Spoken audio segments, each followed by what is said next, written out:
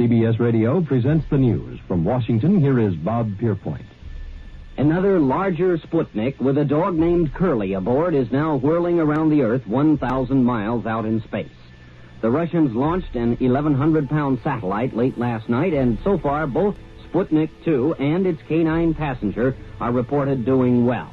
The dramatic achievements in space which occurred in recent weeks should have made clear to us all, as did the Sputnik in 1957, the impact of this adventure on the minds of men everywhere who are attempting to make a determination of which road they should take. Radio Moscow started broadcasting time schedules for its latest satellite a short while ago with the announcement that Sputnik 2 will pass over Washington, D.C. in just a few minutes from now. Dr. J. Allen Hynek, well-known associate director of the Smithsonian Observatory at Cambridge, Massachusetts, was asked if the half-ton weight of Sputnik 2 indicated the Russians might have a war rocket powerful enough to reach this continent from the Soviet Union. It certainly indicates they have the capabilities of launching an intercontinental ballistic missile, replied Dr. Hynek. Now it is time to take longer strides. Time for a great new American enterprise.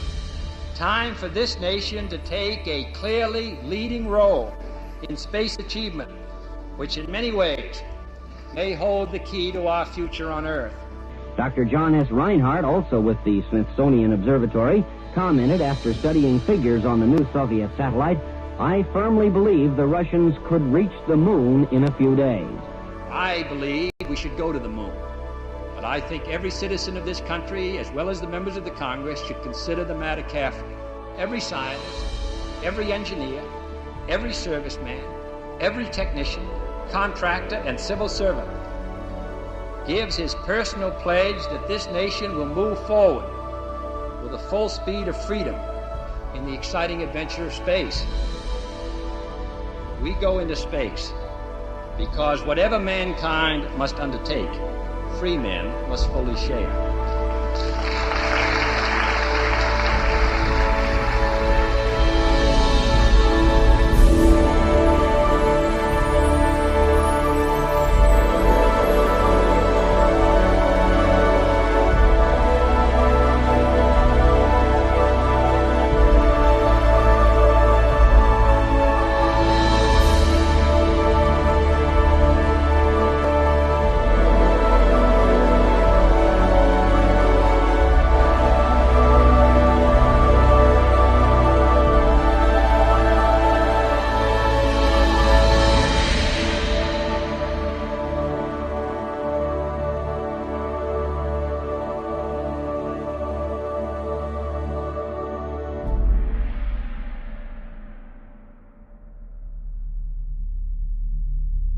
On January 25, 1994, the Deep Space Program science experiment known as Clementine was launched from Vandenberg Air Force Base.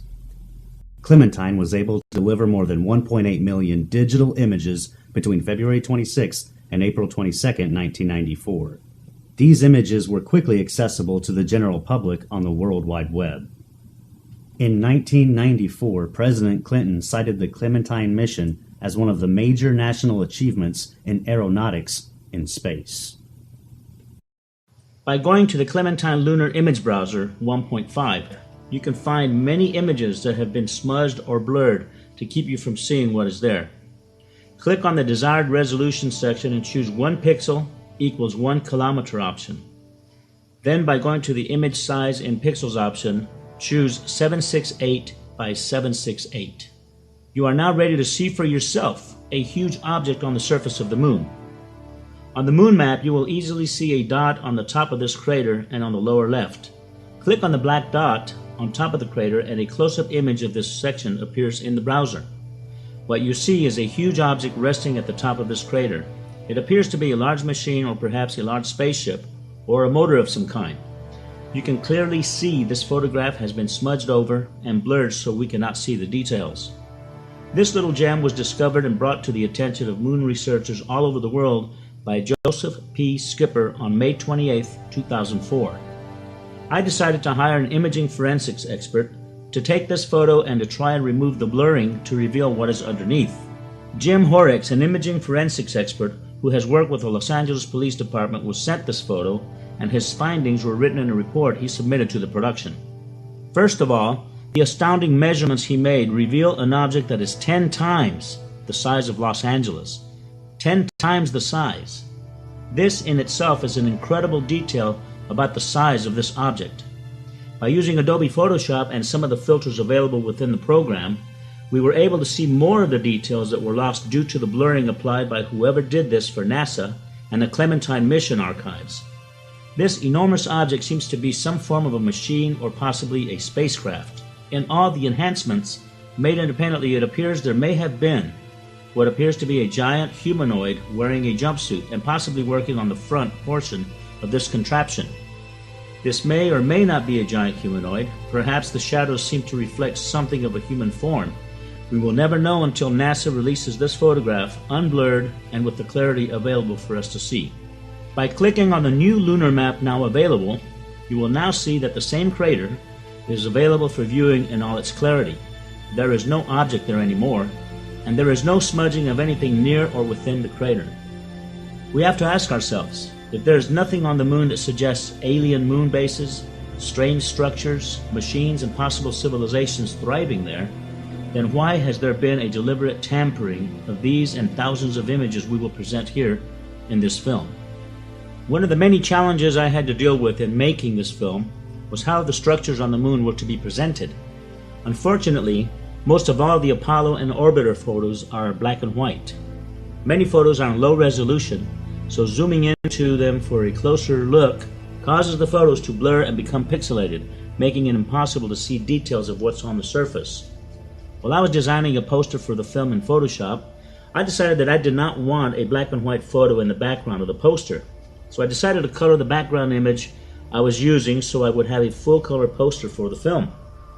I took some full-color aerial photos of landscapes that closely resemble the distances of the moon's surface, turned them into black and white photos, and compared them to the moon photo I was about to airbrush. Noticing the different shades of the aerials from Earth and the colors represented, I then started making a color palette in Photoshop. All I did was airbrush the colors onto the moon photo as they appeared on Earth. But the structures and other objects on the moon revealed themselves. I was so overwhelmed at the results, I have now colorized over 247 photos. Now that I had come up with a format and a routine for colorizing the moon, I decided to gather the most famous Apollo moon anomaly photos that researchers from all over the world had been presenting for years and decided to colorize them. This is one of the many original NASA photos that has some very unique anomalies, especially here in this area. This is what it looks like after we bring up the contrast to eliminate the brightness applied to distort the image. And this is what it looks like after applying my colorizing process to it. So remember, these are colors and tones I used from Earth photography applied to the moon's surface. With Earth colors applied, you can see all the details with depth perception as never before. By painting the moon with Earth colors and tones, we can now see what has been there all along for us to view.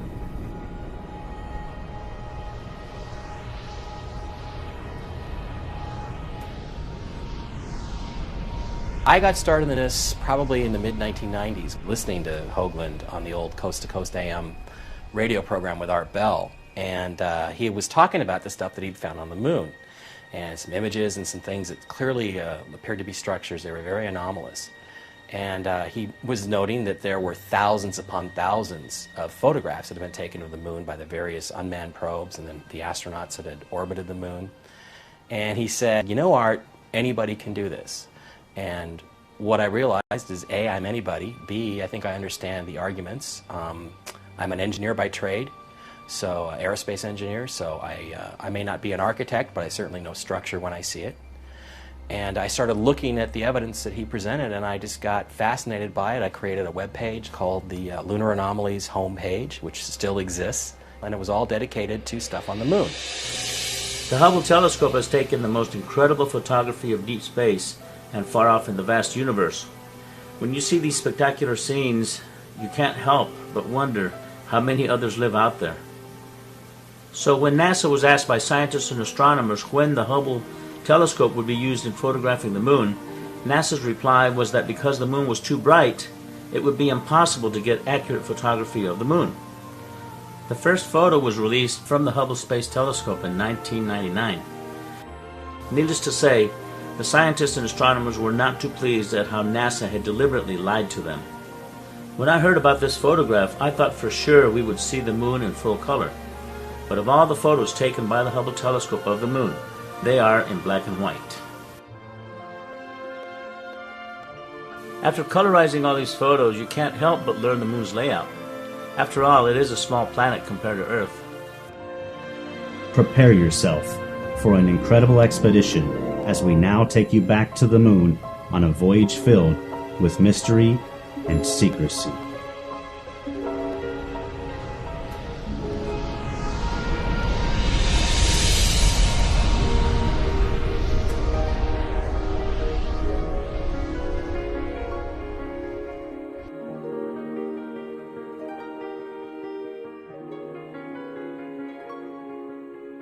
I'm not sure why NASA has not told us what's on the moon. In a way they have told us, because the pictures are there and there's hundreds of them. So anybody can do what I did and go and look at the pictures and enlarge them and see what there is. NASA has been there, but we haven't been back since 1972. And you got to sit there and wonder why that is. It's our closest celestial neighbor in the heavens. You can see it every night when you walk outside, and really there's so much mystery about it still to this day. Many people seem to think that the Apollo program answered a lot of these questions, and in many ways it did, but we, the general public, have never been privy to any of those answers.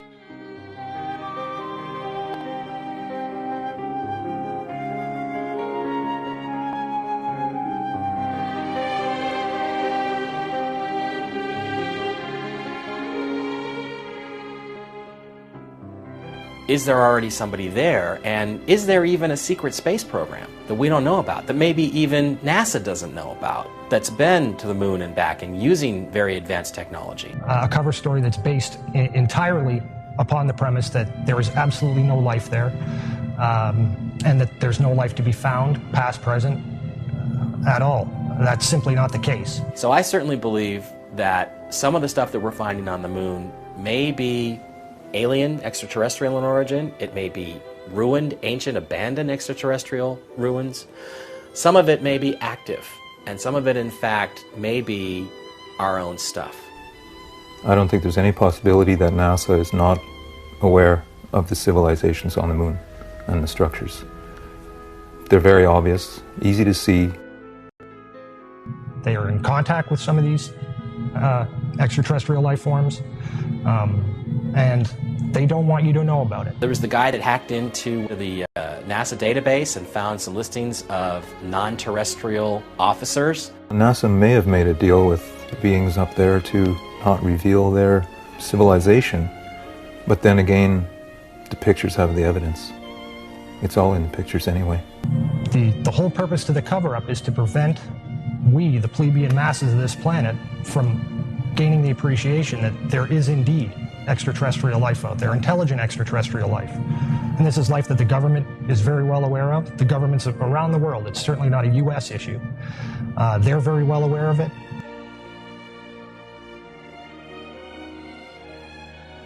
Because you've been lied to, you've been robbed of something that you deserve, which is to know what your true history is and what your true significance is in this world.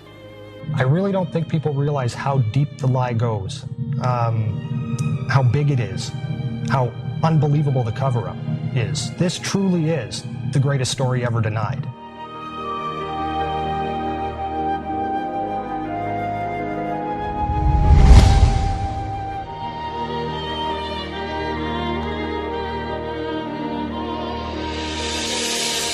It is the most amazing secret never told. It is the most monumental cover-up in human history. And hopefully, the public will take a movie like this and will begin to open up some doors, begin to open up some windows to the truth, whether it's from the government, whether it's from other insiders who can now come forward and begin to tell their stories of what they did and their involvement in this cover-up to get the truth out there. I think the world's ready for it. And hopefully a movie like this will push that forward a little bit and speed the process up. The very word secrecy is repugnant in a free and open society. And we are, as a people, inherently and historically opposed to secret societies, to secret oaths, and to secret proceedings.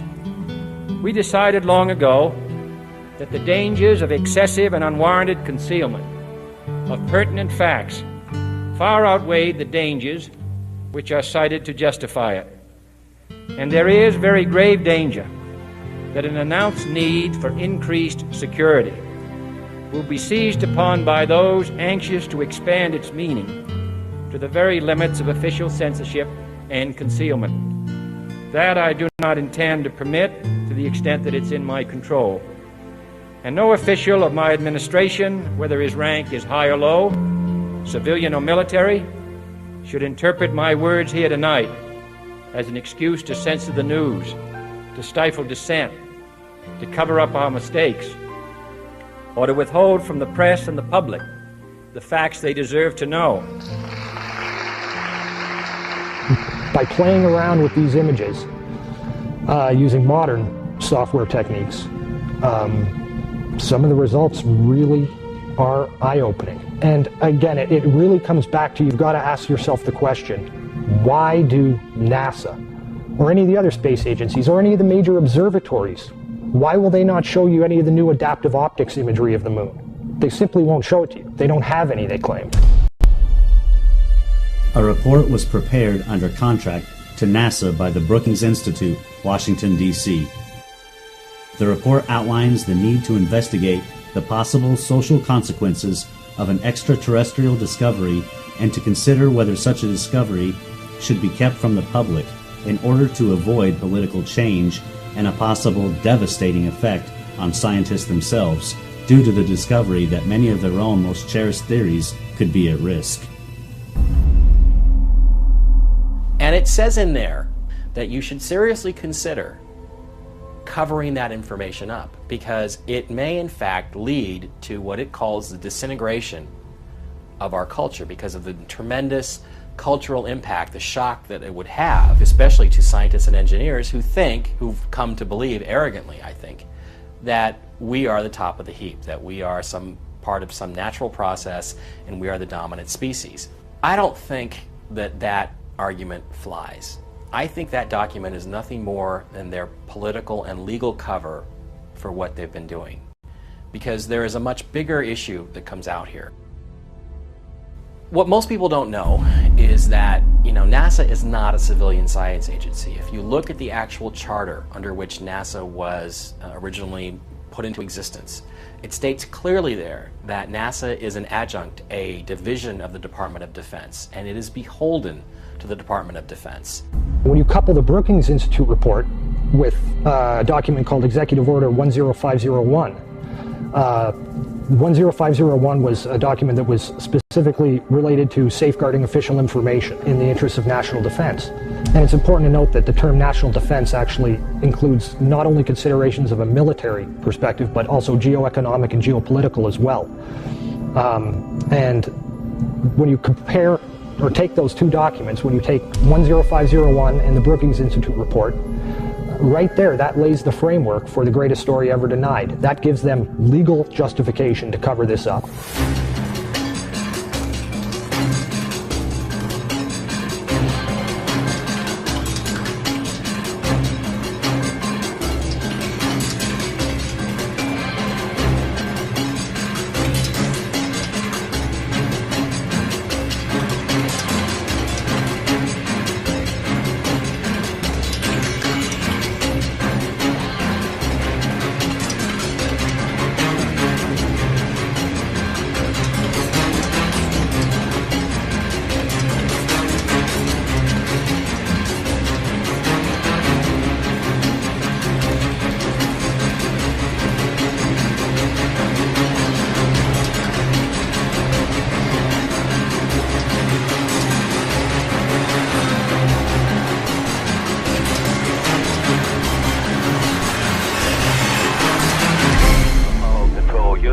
Switching now to the voice of Jim Lovell.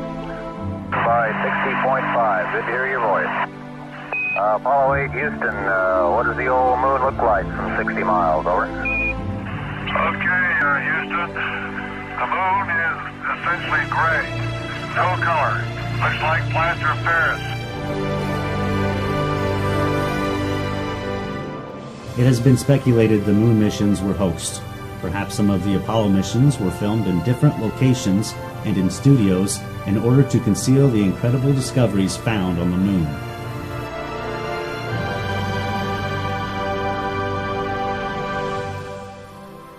In 1979, Marie Chatelain, former chief of NASA Communications Systems, confirmed Neil Armstrong had indeed reported seeing 2 UFOs on the rim of a crater. The encounter was common knowledge at NASA, he revealed, but nobody has talked about it until now.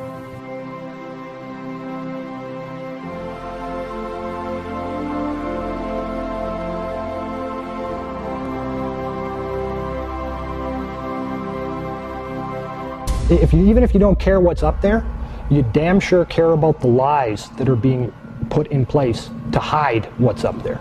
You know, whether you have the interest in the space program or the interest in what's going on over our planet's atmosphere or not, you are affected by the lies that are in place to maintain this greatest of all cover-ups. And we're talking about just a massive effort by the military-industrial complex. A couple of nuclear weapons sent into space were destroyed by the extraterrestrials. Our government sent a nuclear weapon for explosion on the moon's surface. It was tended to, as I understand it, to assess some scientific data and reaction and so forth. When I was a corporate manager of Fairchild Industries in 1974 through 77, I met the late Dr. Wernher von Braun in early 74. At that time, von Braun was dying of cancer, but he assured me that he would live a few more years in order to tell me about the game that was being played, that game being the effort to weaponize space. The idea of any explosion in space by any Earth government was not acceptable to the extraterrestrials, and that has been demonstrated over and over. The strategy that Wernher von Braun taught me was that first the Russians are going to be considered to be the enemy. In fact, when I met him in 74, they were the enemy. They wanted a weapon system they could put in space that would stop a ballistic missile. That was the concept. Then terrorists would be identified, and that was soon to follow. We heard a lot about terrorism. Now, if that ballistic missile happened to be coming from another direction other than earthbound, could it do the same thing? Then we were going to identify third world country crazies. We now call them nations of concern. I have but a short time to try to convince people that we are moving in an avenue where we are going to militarize space. The next enemy was asteroids. And the funniest one of all was against what he called aliens, extraterrestrials. That would be the final card. As a direct result, we will become a threat to them unless we spiritually grow also. And over and over and over, during the 4 years that I knew him, he would bring up that last card. And remember, Carol, the last card is the alien card. We're going to have to build space-based weapons against aliens. And all of it, he said, is a lie. We put nuclear weapons out in space as a line of defense, and we was ready to blow them up if they started in. Today, most people have come to the very clear realization, I think, that things aren't quite as you've been told, and the question then just becomes is, how big is the lie? And the truth is, it's bigger than most people can imagine. One of the great things about the NASA archive system is that at the back of many of their documents, they have both distribution and reference lists. And the distribution lists are very important. They say who that document is being forwarded to and which department and for what company. And when you begin to cull through these documents, certainly ones that deal with specific subject matter, like image enhancement, for example, you begin to see a lot of names that obviously begin to repeat. And you can very quickly determine what individuals knew what and had to have been privy to certain information just by the very nature of their job. The individual that I managed to identify and who agreed to meet with me and talk with me was a man who worked for a company called Bellcom during the 1960s and into the early 1970s. Bellcom, although many people haven't heard of it, is in many ways a company that is more responsible for landing man on the moon than NASA really was. Bellcom's a division of AT&T and Western Electric. Bellcom was around for only a decade. They were there for the specific purpose of landing man on the moon and ensuring that NASA got the job done. Meeting him was actually the most incredible 3 hours of my life, the interview that we had. A man who I knew was in the know, a man who I'd tracked down. He wasn't in any way looking to throw this stuff out in the public eye. It was just really a matter of him recognizing that I wasn't on a total blind fishing expedition, and I'd actually figured some things out. That opened him up in a big way. He'd made the comment several times during the interview that he'd never talked about this with anyone before. It was not the kind of subject matter that you talk with anyone about. The people that were in a position to be in the know, to have at least some high level of understanding of what was really going on, these individuals are also very well aware of what their government is actually capable of. A guard told me that he was asked to burn some photographs and not to look at them. And there was another guard guarding him who was in green fatigues watching him burn the photographs. And he said he was too tempted. He looked at one and it was a picture of a UFO, and he was very descriptive. I can go into that later with anyone. He immediately was hit in the head and he had a big gash in his forehead. He was knocked out and he's terrified, so he would have to be protected. Another incident, I knew someone in quarantine with the Apollo astronauts.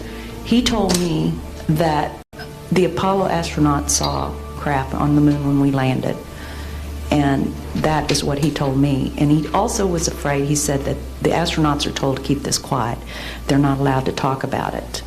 So I do want to let you know that I worked out there for a number of years, and I ran into this.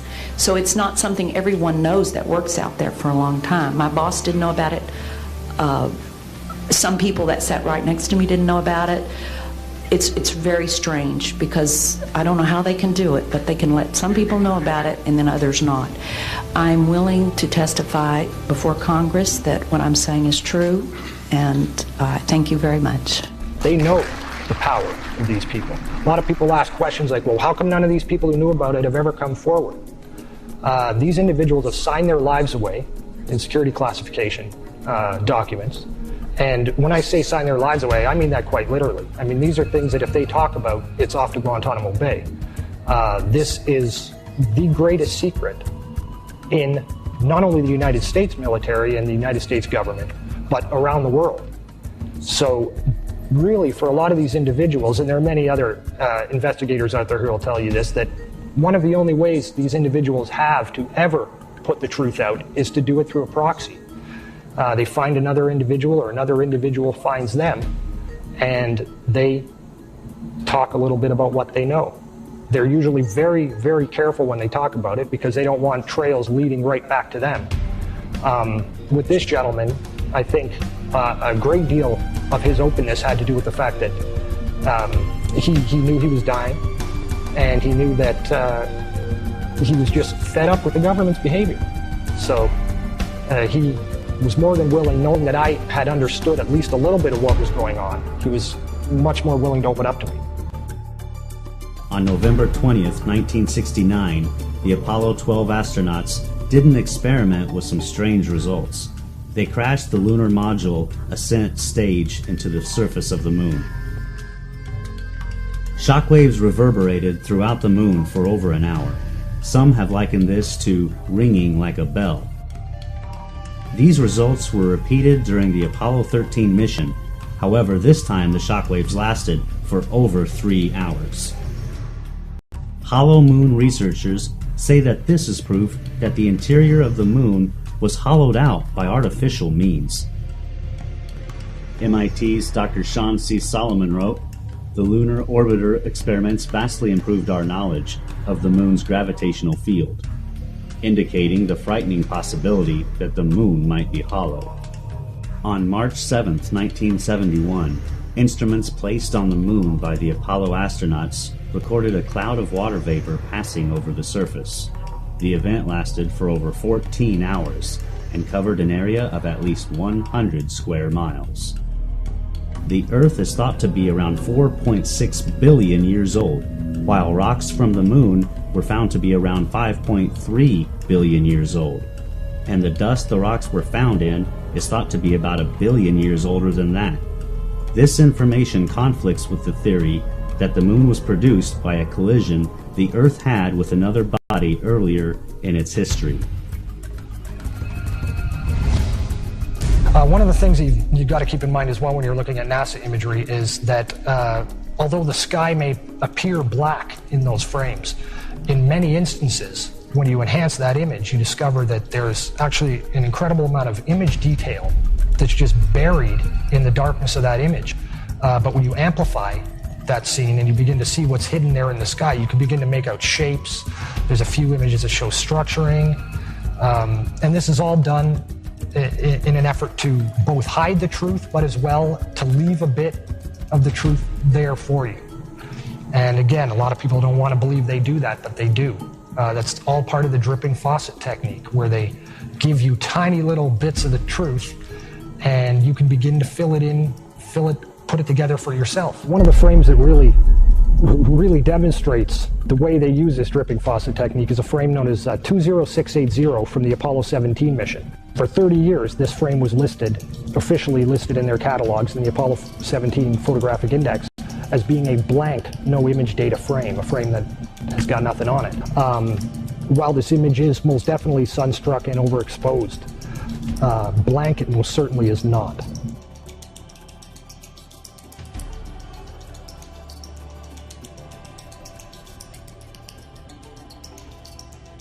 Harrison Schmitt, created some patches for his own mission, Apollo 17, which is again the mission that we take these images from, and that we've seen a lot of this color effect.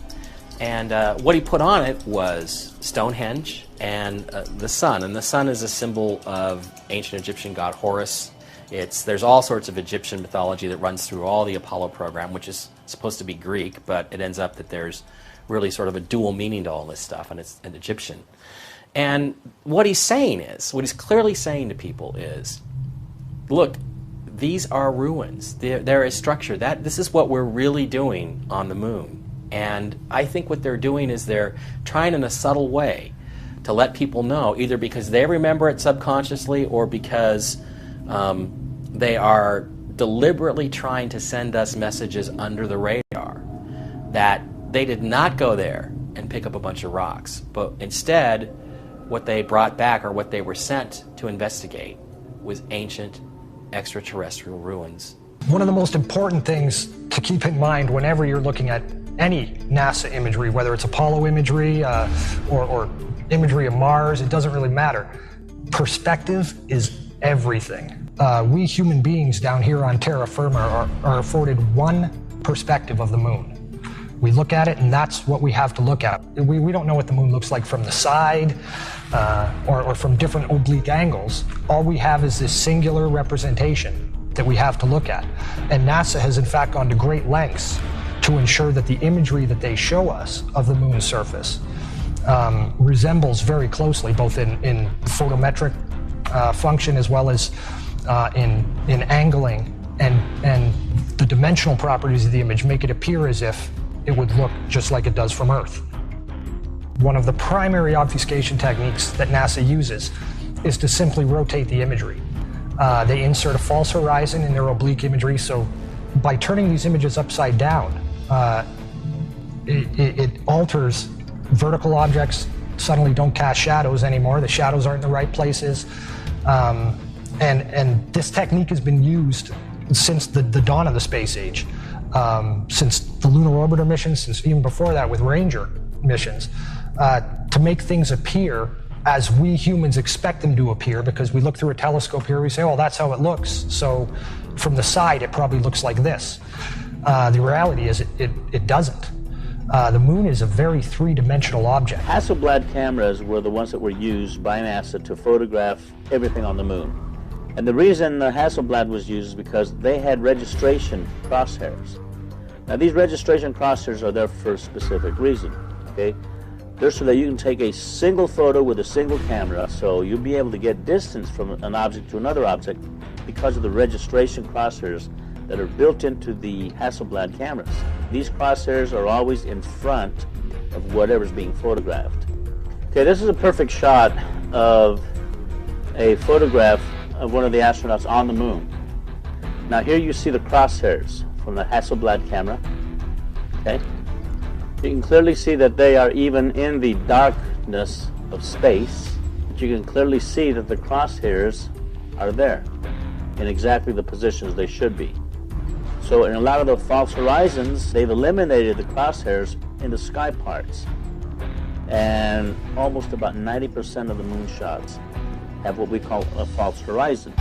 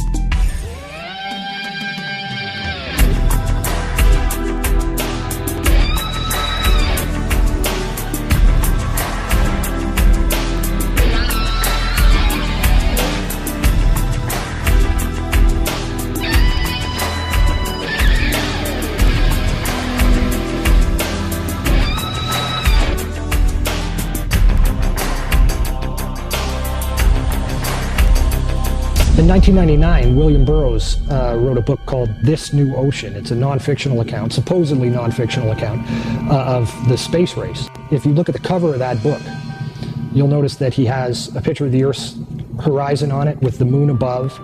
And on the cover of this book, there are two black running parallel lines that climb up from the Earth, and they pass the moon on either side, paralleling it. It's interesting when you go and look at the ISS and space shuttle imagery of the moon from low Earth orbit. When you begin to enhance those images and begin to attack the black area of the sky that appears to be solid black, and there are different filtering techniques you can use to draw that out, you begin to realize that those lines that are on the cover of his book actually are appearing in these photographs. And they don't appear once or twice. You don't see this effect once or twice. You see this in many, many, many dozens of photographs. They're just of the moon. They appear when you enhance the image. And obviously Burroughs knows something that the public's not privy to. He's really just a classic outsider-insider, very much like Andrew Chaikin is. He's a guy who knows what the truth is, but has agreed to perpetuate the lie rather than to reveal what the truth is, for a whole variety of reasons. Burroughs does a fantastic job of presenting to us exactly the propaganda and the storyline that the powers that be have been selling us as being the truth for decades. And it gives the reader the official historical cover story in brilliant details. He's someone who is most definitely in the know.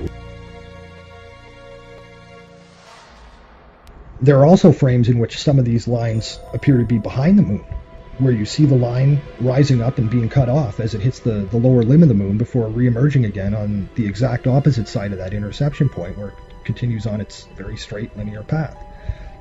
And in these cases, you can see that the lines do not transit in front of or across the lunar disk, but rather it's the opposite. The moon appears to be transiting and covering these lines. So what's going on here? Why do all these NASA ISS frames of the moon taken from LEO show these parallel lines, and why does this book cover mimic this same visual? What are we seeing, and what is being represented? One hypothesis I've heard has to do with what are called space elevators, which, as the name implies, are elevator transport systems that can be used to lift things, satellites, cargo, spacecraft, people, from the surface of the Earth, lift those up into space. Now, I realize that to many people this idea of building elevators with lengths of the tens of thousands of kilometers that could extend from the Earth's surface up to geostationary orbit or to the moon probably sounds ludicrous, something that if it is possible at all, it must be centuries and centuries beyond what we're capable of doing today. But it really does not seem to be as beyond state-of-the-art as one might think. These are the kind of projects being worked on today and funded today. Back in 1999, NASA sponsored what was called the Space Elevator Workshop, and its purpose was to explore the feasibility of the development of space elevators in the 21st century. And it discusses plans for construction that would take place during the later half of this century. And that's all the unclassified stuff. That is what they're willing to tell us about their capabilities.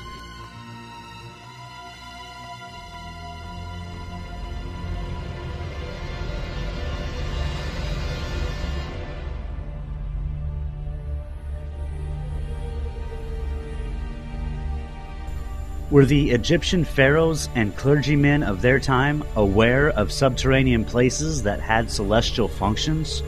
Judging by hieroglyphics that were discovered in tombs of pharaohs, such as Ramses, one can see a collaboration between what the Egyptians described in their time as a stairway to heaven and what we are seeing now with these space elevators emanating from Earth. The Vector, NASA's official logo. If you've ever looked at NASA's official logo, both their official insignia and their official seal, you'll see that the most prominent object in the seal is a red swooshing object. They call that the chevron or the vector. If you ask NASA's Public Affairs Office, this symbology is featured so heavily in their insignia and seal, they'll give you what really amounts to the standard facile cover story for the unilluminated. They'll tell you that is a representation of a hypersonic wing design from the 1950s, which was the time the logo was created. Not exactly the case. Someone might want to ask the Russian Federal Space Agency, Roscosmos, that was formed in 1992, why they chose that same logo. And while you're at it, you can go ask the Chinese, who formed their space agency in 1996, why in the world they're using a hypersonic wing design from the 1950s as their official logo. Then you can ask the Japanese, the South Koreans, Taiwanese, Malaysia, Mexico, Iran, all of these countries, even Bulgaria. They all utilize the vector symbology in their space agency logos for their national space agencies. It gets even deeper. You can go look at the individual manned program patches for NASA. The Mercury program, for example, a blatant use of covert symbology. In every logo dealing with the Mercury program, you'll see what looks like a number 7 in their logo. And again, NASA's official story is that they put this number 7 there so that they could pay homage to the original 7 Mercury astronauts.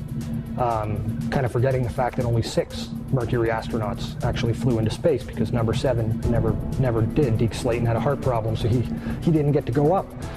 So there were only 6 Mercury astronauts. Yet there's a 7 in every single logo. That's in the official mission or official program insignia for Mercury, as well as the 6 individual mission patches carry this logo. And it carries on to the Space Shuttle program. If you look at the Apollo logo has a big letter A in it. At least that's what they want you to believe, but it's not. Again, that's just a simple way of explaining away the inclusion of this vector symbology in the logo.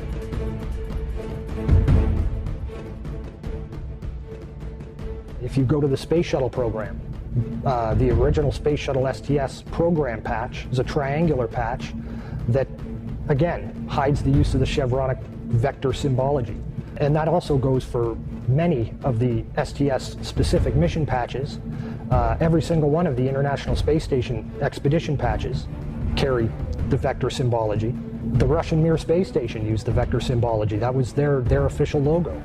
You can even go deeper and look at military-industrial complex companies. Look at the logo on a company like Lockheed Martin, 2 vectors. The X-Prize logo, Ames Research Labs, U.S. Space Command. When you get into the military realm, the United States Space Command, their official logo is the vector symbol. And when you look at the military's individual space-specific programs, all of them deal with vector symbology in their official insignias. And the question really becomes, who or what are these people paying homage to? And the truth, quite frankly, is out of this world.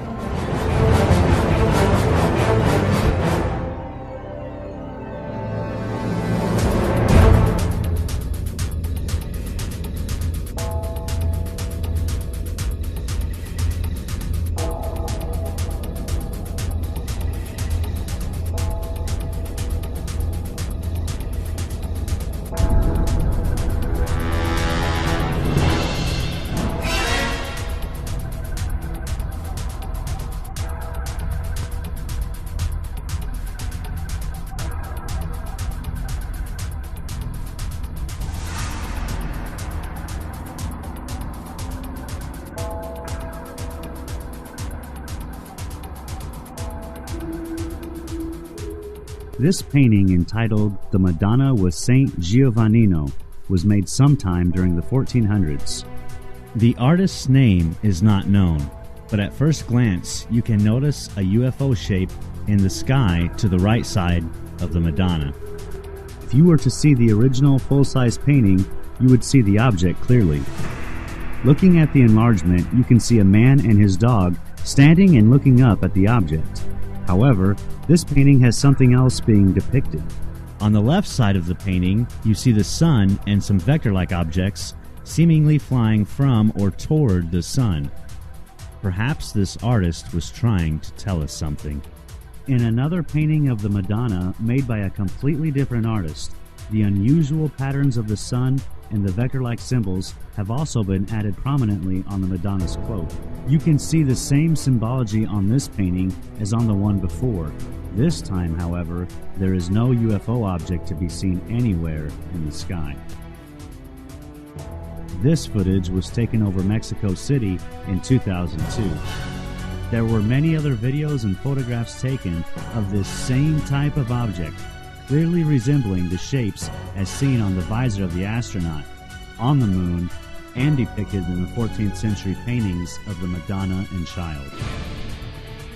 There is probably a larger story behind the vectors, but it is very unusual this symbology has been adapted by all the United States and foreign space agencies, especially enemies like Iran and others who are also making missions to the moon. Apollo Control, Houston, switching now to the voice of Jim Lovell. By 60.5, good to hear your voice. Apollo 8, Houston, what does the old moon look like from 60 miles, over? Okay, Houston, the moon is essentially gray, no color.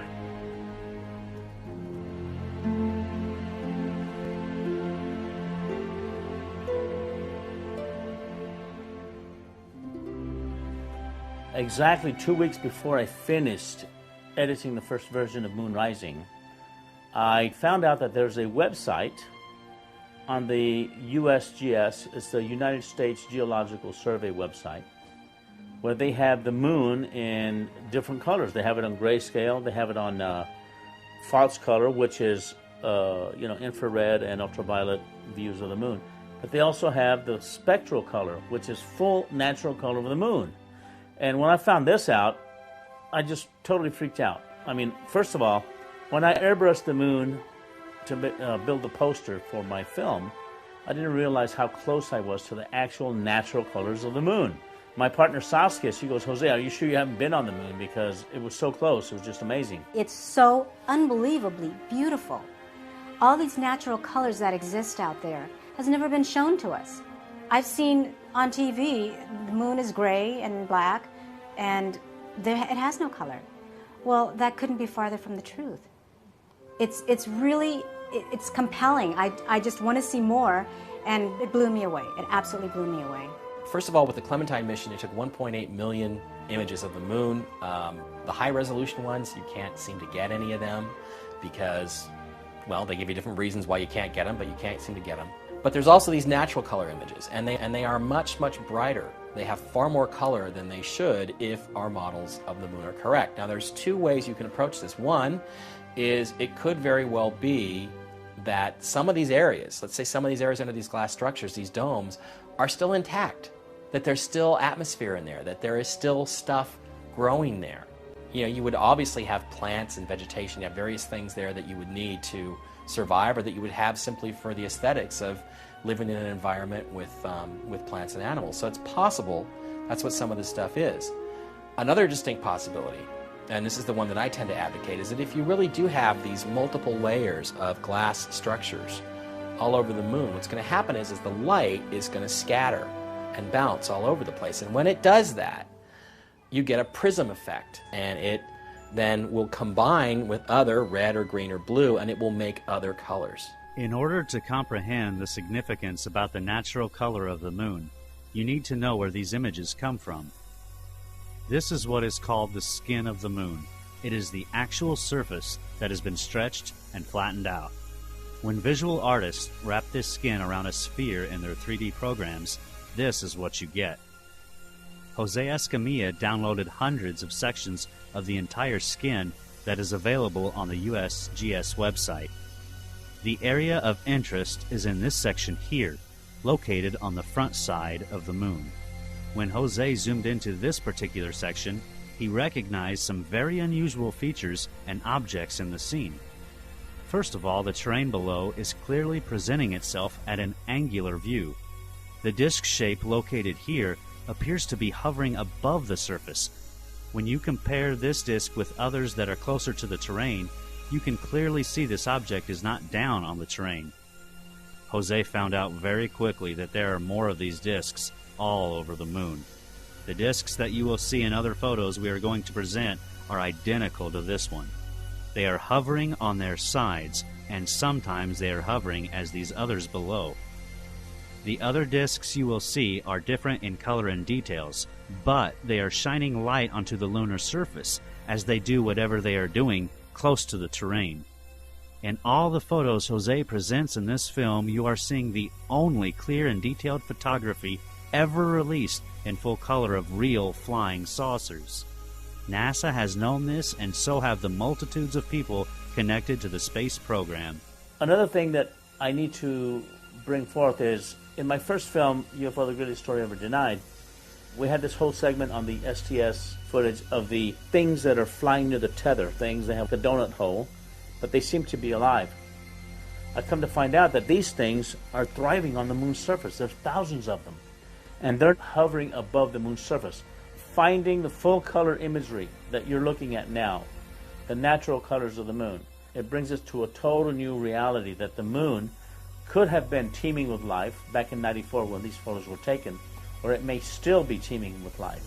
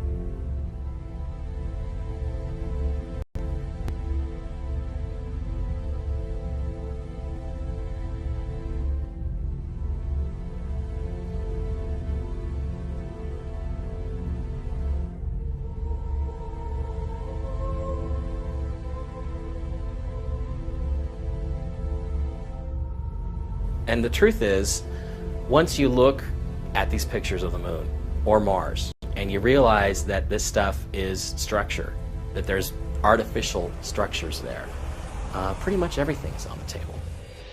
There are so many lunar landscapes filled with color and textures unlike anything ever seen before with the human eye. There are deep crevices and overhangs where you can see immensely huge openings, or what appear to be cavern entrances. There are far too many gigantic and massive structures as can be described.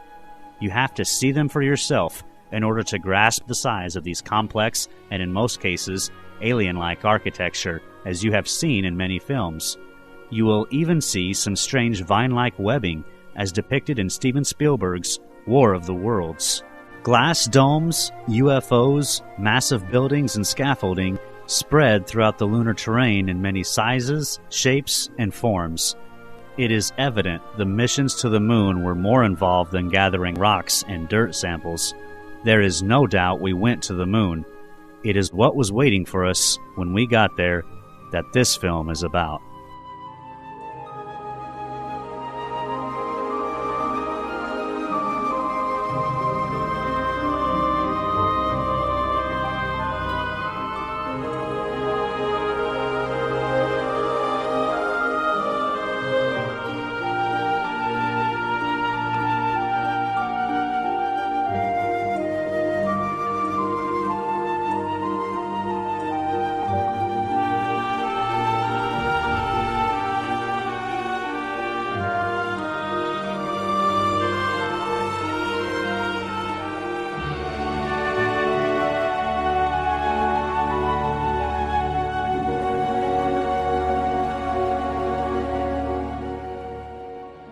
finding the full color imagery that you're looking at now, the natural colors of the moon, it brings us to a total new reality that the moon could have been teeming with life back in '94 when these photos were taken, or it may still be teeming with life. I think they are still there. They were there in the 70s when the last Apollo mission was there. I found lights on. It seems that, at least in some areas of the moon, that the lights might still be on.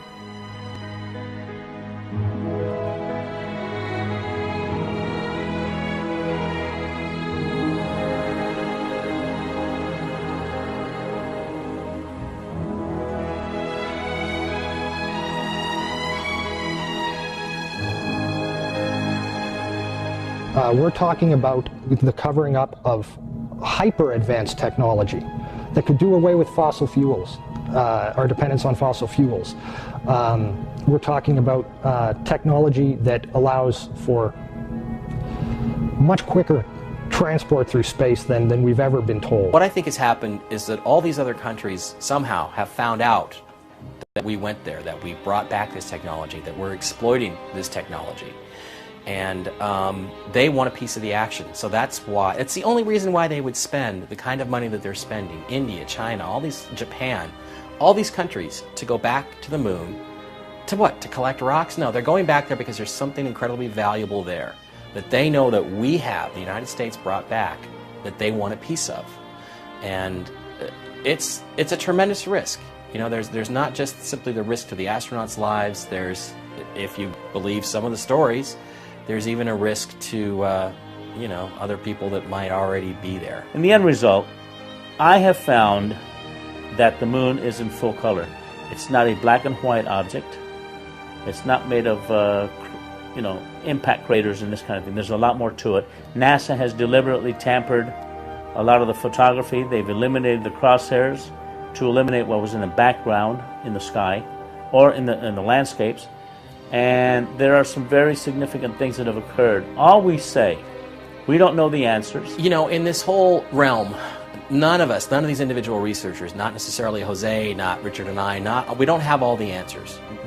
We all have a piece of the puzzle. We all see different parts of it. And there's certain aspects of this that we're all good at. All I'm presenting to you, and it's backed up with facts, all my films present you with evidence that is fully acknowledged. You can backtrace it, you can do, as they say, back engineer everything I present. It's all there for you to see. What we do know is that there's more information out there. Again, there's 1.8 million Clementine images sitting on the web. No one person can access even a handful of those and look at them and study them and find stuff on them. So what we need is for people that see these films and see documentaries like this is to understand that this stuff does exist. They can't hide it all. When I was talking with the gentleman from Belcom, and we were discussing the lie, everything he was telling me was different from what we were being told was the truth. And at one point I asked him, I said, man, you guys, you lied about a lot, didn't you? And instantly he said, no, we didn't lie about certain things. We lied about everything. None of it was true.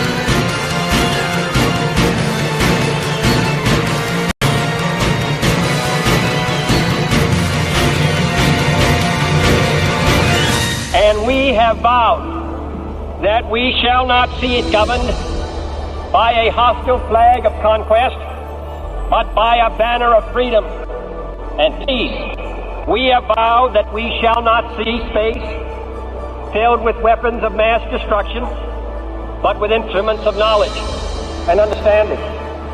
Yet the vows of this nation can only be fulfilled if we in this nation are first, and therefore we intend to be first.